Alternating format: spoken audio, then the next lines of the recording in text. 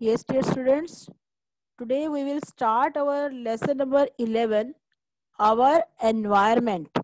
हमारा वातावरण. एनवायरनमेंट क्या होता है? हमारे घर के चारों ओर जो माहौल होता है, हमारे आसपास हम जहाँ रहते हैं, हमारे चारों ओर का वातावरण, उसको एनवायरनमेंट बोलते हैं. फर्स्ट ऑफ ऑल क्या है इस पिक्चर में? Cross the things which harm the environment. उन चीजों को क्रॉस करो जो हमारे एनवायरनमेंट को हार्म करती हैं. ये देखो, ये क्या है? Fire crackers. दिवाली के पटाखे, जो आग से जलाने वाले पटाखे होते हैं, उनको जलाने से एयर पल्यूट होती है. जो हमारी हवा होती है वो पल्यूटेड हो जाती है, अशुद्ध हो जाती है, वो प्रदूषण हो जाता है उसमें. तो ये जो है हमारे एनवायरनमेंट को हार्म करते हैं. पेपर बैग, पेपर से बना हुआ बैग. पेपर बैग जो है वो इको फ्रेंडली होता है हमारे एनवायरनमेंट के लिए, तो ये हमारे एनवायरनमेंट को हार्म नहीं करता.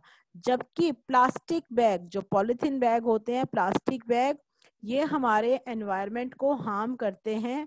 क्योंकि प्लास्टिक की थैली जब हमारे लिए वेस्ट हो जाती है, हम उनको कचरे में फेंक देते हैं, तो वो मिट्टी में दबने के बाद वो खत्म नहीं होती, मिट्टी में नहीं मिल जाती. पेपर बैग जो होता है वो मिट्टी में मिलने के बाद गल जाता है और मिट्टी के अंदर मिक्स हो जाता है. जो प्लास्टिक है वो बहुत सालों तक, सैकड़ों वर्षों तक भी ये खत्म नहीं होता. तो ये हमारे एनवायरनमेंट के लिए हार्मफुल है. प्लास्टिक की जितनी भी चीजें होती हैं वो एनवायरनमेंट के लिए हार्मफुल होती हैं. आगे है प्लास्टिक बॉटल. जैसे प्लास्टिक का बैग खत्म नहीं होता, वैसे ही प्लास्टिक की बॉटल भी खत्म नहीं होती. प्लास्टिक की बोतलें, जो एक डिस्पोजेबल बोतलें होते हैं, बिस्लरी की, मिनरल वाटर की बॉटल्स आप खरीदते हो, जो बोतलें खाली हो जाती हैं, हम इधर उधर फेंक देते हैं, तो जो रिसाइकिल हो जाती हैं वो तो ठीक है, लेकिन जिनको मिट्टी के अंदर जो मिक्स हो, वो खत्म नहीं होती, तो हमारे एनवायरनमेंट को जो है वो खराब करती हैं.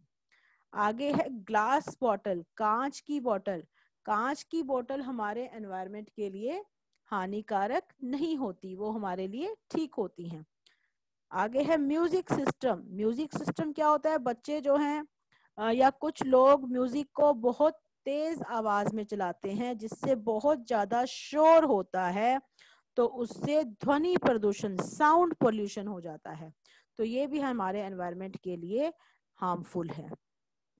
Factory waste. ये फैक्ट्री है, फैक्ट्री का जो वेस्ट है, कचरा है, वो बाहर निकलकर पानी में मिल रहा है, तो वो वाटर पोल्यूशन पैदा कर रहा है, वाटर को गंदा कर रहा है वो. तो वाटर पोल्यूशन हो रहा है इससे, तो ये भी हमारे एनवायरनमेंट के लिए हार्मफुल है. Vehicular pollution. वहीकुलर पोल्यूशन क्या है? देखो, ये व्हीकल्स हैं, गाड़ियां जा रही हैं, ये तो गाड़ियों से जो धुआं निकल रहा है, ये हमारी हवा को प्रदूषित कर रहा है, हमारी एयर को प्रदूषित कर रहा है. तो ये भी हमारे एनवायरनमेंट के लिए हार्मफुल है. डस्टबिन. डस्टबिन जो है वो आपकी हेल्प करता है, कचरा रखने के काम आता है डस्टबिन. तो इससे क्या होता है कि आप कचरा इधर उधर सड़कों पर, नदियों में या कहीं और फेंकने के बजाय आप डस्टबिन के अंदर फेंकते हो, तो वो चीजें रिसाइकिल होने के लिए चली जाती हैं. तो डस्टबिन हमारे एनवायरनमेंट के लिए हार्मफुल नहीं है, बल्कि ये तो हेल्पफुल है. तो आगे एनवायरनमेंट के बारे में हम इस लेसन में पढ़ेंगे. स्टार्ट करते हैं. We live on the beautiful blue planet, the earth. We live, हम रहते हैं सुंदर नीले ग्रह पर, जिसका नाम है अर्थ, धरती. हम एक बहुत सुंदर नीले रंग के ग्रह पर रहते हैं जिसका नाम अर्थ है. It has air to breathe, water to drink and other things which we need to survive. इसके पास सांस लेने के लिए हवा है, पीने के लिए पानी है, और दूसरी चीजें भी हैं विच वी नीड, जिनकी हमें जरूरत होती है सरवाइव, जिंदा रहने के लिए, बने रहने के लिए. इस लाइन का मीनिंग दोबारा से समझो. हम धरती पर रहते हैं, तो धरती के पास क्या क्या है? It has air to breathe, सांस लेने के लिए हवा है, वाटर टू ड्रिंक, पीने के लिए पानी है, एंड अदर थिंग्स, और दूसरी चीजें हैं जिनकी हमें सरवाइव करने के लिए जरूरत पड़ती है, मतलब जिंदा रहने के लिए जरूरत पड़ती है.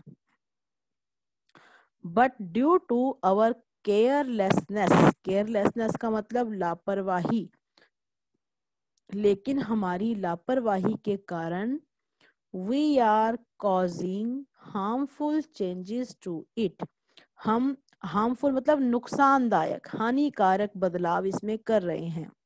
And that are also affecting our lives, और वो हमारे जीवन को भी अफेक्ट कर रहा है, प्रभावित कर रहा है। हम अपनी लापरवाहियों के कारण अपनी धरती में हार्मफुल चेंजेस कर रहे हैं, हानिकारक चेंज कर रहे हैं, जो कि हमारे जीवन को भी प्रभावित कर रहा है। एनवायरमेंट, एनवायरमेंट क्या होता है? एनीथिंग दैट सराउंड्स अस, कोई भी चीज, सराउंड्स मतलब हमारे चारों ओर, जो हमें घेरती है, कोई भी चीज जो हमारे चारों तरफ है, is known as our environment, उसको हम एनवायरमेंट कहते हैं, वातावरण कहते हैं। कोई भी चीज जो हमारे चारों ओर है वो हमारे वातावरण के रूप में जानी जाती है। The environment comprises of all the living and non-living things. Environment, वातावरण जो है वो किस चीज से मिलकर बना होता है, उसमें क्या क्या होता है? सभी लिविंग चीजें और नॉन लिविंग चीजें, मतलब कि जीवित वस्तुएं और निर्जीव वस्तुएं, सजीव और निर्जीव दोनों वस्तुएं, लिविंग और नॉन लिविंग दोनों तरह की चीजें हमारे एनवायरमेंट में आती हैं। Human beings, plants and animals are living things. Human beings जो मनुष्य हैं, प्लांट्स पौधे और जानवर, ये सब क्या हैं? लिविंग थिंग्स हैं, ये सब सजीव वस्तुएं हैं। एयर हवा, वाटर पानी, लाइट बिजली रोशनी जो होती है, सॉइल मिट्टी, रॉक्स चट्टाने, और ये सब चीजें क्या हैं? These are non living things, ये सब नॉन लिविंग थिंग्स हैं। In order to live a healthy and happy life, healthy मतलब स्वस्थ, हैप्पी मतलब खुशी का, स्वस्थ और खुशी पूर्वक जीवन जीने के लिए it is very important to have a clean environment, कि एक साफ एनवायरनमेंट होना, साफ वातावरण होना बहुत जरूरी है।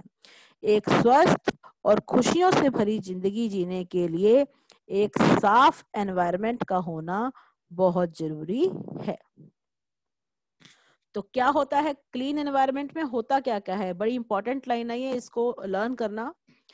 Clean environment means, clean environment का मतलब होता है क्लीन एंड फ्रेश एयर, साफ और ताजी हवा, लैंड विद मैनी ट्रीज, कि ऐसी लैंड, ऐसी धरती हो जिस पर बहुत सारे ट्रीज हों, and pollution free water bodies, और पॉल्यूशन से मुक्त, पॉल्यूशन फ्री वाटर बॉडीज, जैसे नदियां, समुंदर, ये सब होते हैं। तो पॉल्यूशन से free water bodies, water bodies में सभी चीजें आ जाती हैं, जैसे लेक हो गई, रिवर्स हो गए, समुद्र हो गया, पॉन्ड्स हो गए, तो ये सब वाटर बॉडीज हैं। तो फिर से सुनिए, क्लीन एनवायरनमेंट का मतलब होता है क्लीन और फ्रेश एयर, साफ और ताजी हवा, लैंड विद मैनी ट्रीज, ऐसी लैंड जिस पर बहुत सारे ट्रीज हों, और पॉल्यूशन से फ्री वाटर बॉडीज, कि जिसमें वो वाटर बॉडीज जिसमें पॉल्यूशन ना हो। Due to growing human population, our modern lifestyles, our carelessness, unawareness, and some of our activities, environment is being polluted. जो वातावरण है वो polluted होता जा रहा है, वो दूषित होता जा रहा है। किस कारण से होता जा रहा है? स्टार्टिंग से पढ़ेंगे। Due to growing human population, बढ़ती हुई जनसंख्या के कारण। ह्यूमन पॉपुलेशन मतलब मानवीय जनसंख्या जो है वो बढ़ रही है, लोग बढ़ते जा रहे हैं धरती के ऊपर। अवर मॉडर्न लाइफस्टाइल्स, हमारी आधुनिक जीवन शैली, कि मॉडर्न तरीके में हम सब चीजों को यूज करना चाहते हैं, बजाय इस बात के देखने के कि उनसे हमारे एनवायरनमेंट को नुकसान पहुंच रहा है। आवर केयरलेसनेस, हमारी लापरवाही, अनअवेयरनेस भी, जागरूकता ना होने के कारण और हमारी कुछ एक्टिविटी के कारण जो वातावरण है वो दूषित होता जा रहा है। दोबारा से पढ़ेंगे इसको कि हमारा वातावरण दूषित किस लिए हो रहा है, हमारा एनवायरनमेंट जो है वो पोल्यूटेड किस लिए हो रहा है। Due to growing human population, जो मानवीय जनसंख्या के बढ़ने के कारण, हमारी मॉडर्न लाइफस्टाइल के कारण, हमारी लापरवाही के कारण, हमारे जागरूक ना होने के कारण, अनअवेयरनेस मतलब जागरूक ना होना, और कुछ हमारे क्रियाकलाप, कुछ हमारी एक्टिविटीज ऐसी हैं जिसके कारण एनवायरनमेंट जो है वो पोल्यूटेड होता जा रहा है। इट इज आवर ड्यूटी, ये हमारी ड्यूटी है, टू सेव द एनवायरनमेंट, कि हम अपने एनवायरनमेंट को सेव करें, to save our planet earth, अपनी धरती को, अपने ग्रह धरती को बचाने के लिए, अपनी ग्रह धरती को बचाने के लिए ये हमारा फर्ज है कि हम एनवायरनमेंट को भी सेव करें। फॉर एग्जाम्पल, उदाहरण के लिए, we need to manage waste properly and take care of natural resources, कि हमें किस चीज की जरूरत है, वेस्ट, वेस्ट मतलब कि जो कूड़ा करकट होता है, जो व्यर्थ पदार्थ है उसको हम अच्छे से मैनेज करें, और अपने जो नेचुरल रिसोर्सेज है, प्राकृतिक संसाधन है, मतलब कि जो भगवान ने हमें चीजें दी हैं जैसे वायु, जल, सूरज की रोशनी, कि इन संसाधनों का हम ध्यान से प्रयोग करें। देखो ये लिविंग और नॉन लिविंग थिंग्स हैं, जैसे कि ये पौधा है तो ये लिविंग थिंग है, सॉइल ये नॉन लिविंग थिंग है, लायन ये एनिमल है, ये लिविंग थिंग है, और ये वाटर नॉन लिविंग थिंग है। तो सबसे पहले हम अब सीखेंगे कि प्रोटेक्टिंग आवर एनवायरनमेंट, हम अपने एनवायरनमेंट को कैसे प्रोटेक्ट कर सकते हैं, इसकी रक्षा कैसे कर सकते हैं। There are certain do's and don'ts that we should follow to protect our environment. कुछ डूज और डोंट्स है। डूज मतलब जो काम करना चाहिए और डोंट्स मतलब जो काम नहीं करने चाहिए। हमें अपने एनवायरनमेंट को प्रोटेक्ट करने के लिए क्या तो करना चाहिए और क्या नहीं करना चाहिए, इसके बारे में हम पढ़ेंगे। What we should do, हमें क्या करना चाहिए। We can save the environment by, हम कैसे अपने एनवायरनमेंट को सेव कर सकते हैं। Minimizing the use of firewood, coal and petroleum products. Minimizing का मतलब है इसका कम से कम प्रयोग करना। To reduce to the smallest possible amount. कि minimizing का मतलब है कि कम से कम कर देना, जितना कम कर सकते हो आप उतना कम कर देना। यूज ऑफ फायरवुड, जलाने वाली लकड़ी का, लकड़ियां जला के कुछ लोग खाना बनाते हैं ना, कुछ लोग चूल्हे पे खाना बनाते हैं लकड़ी जलाकर, या कुछ और काम करते हैं लकड़ी जलाकर। कोल, कोयला जलाकर कुछ काम करते हैं। पेट्रोलियम प्रोडक्ट्स, जो पेट्रोलियम से मिलने वाले प्रोडक्ट्स हैं इनका यूज कम से कम करना चाहिए। पेट्रोलियम प्रोडक्ट्स कौन से होते हैं, जैसे पेट्रोल, डीजल, मिट्टी का तेल, इवन जो आपकी जो गैस होती है ना, जिस घर में गैस पे खाना बनाती है मम्मी, तो जो यूज होने वाली गैस होती है वो भी पेट्रोलियम प्रोडक्ट है। तो पेट्रोलियम से हमें ये सारी चीजें मिलती हैं, पेट्रोल, डीजल, केरोसिन ऑयल और कुकिंग गैस, ये इन सब चीजों का कम से कम प्रयोग करना चाहिए। Using renewable energy sources like solar energy, हमें नए नए एनर्जी सोर्सेज का प्रयोग करना चाहिए, जैसे कि solar energy. For example, solar cooker and solar heaters can be used for heating water and cooking. कि उदाहरण के लिए जो सोलर कुकर है खाना, ये देखो ये है पिक्चर में सोलर कुकर, ये एक बॉक्स सा बना होता है, इसको धूप में रख देते हैं, इस बॉक्स के अंदर बर्तन में खाना बनने के लिए रख देते हैं, तो खाना धूप की गर्मी से, सूर्य की गर्मी से खाना पक जाता है। तो सोलर कुकर का इस्तेमाल करना चाहिए और सोलर हीटर्स का इस्तेमाल करना चाहिए पानी को गर्म करने के लिए। Closing taps while brushing teeth or immediately after use to save water.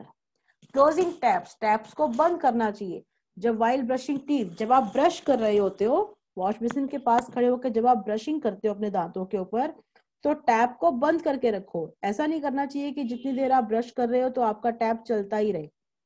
जब आप अपने दांतों में ब्रश कर रहे हो तो वॉश बेसिन की टैप को बंद रखो। इमीडिएटली तुरंत आफ्टर यूज करने के तुरंत बाद टैप को बंद कर दो पानी को बचाने के लिए। That's all for today. The next lecture we will continue this chapter.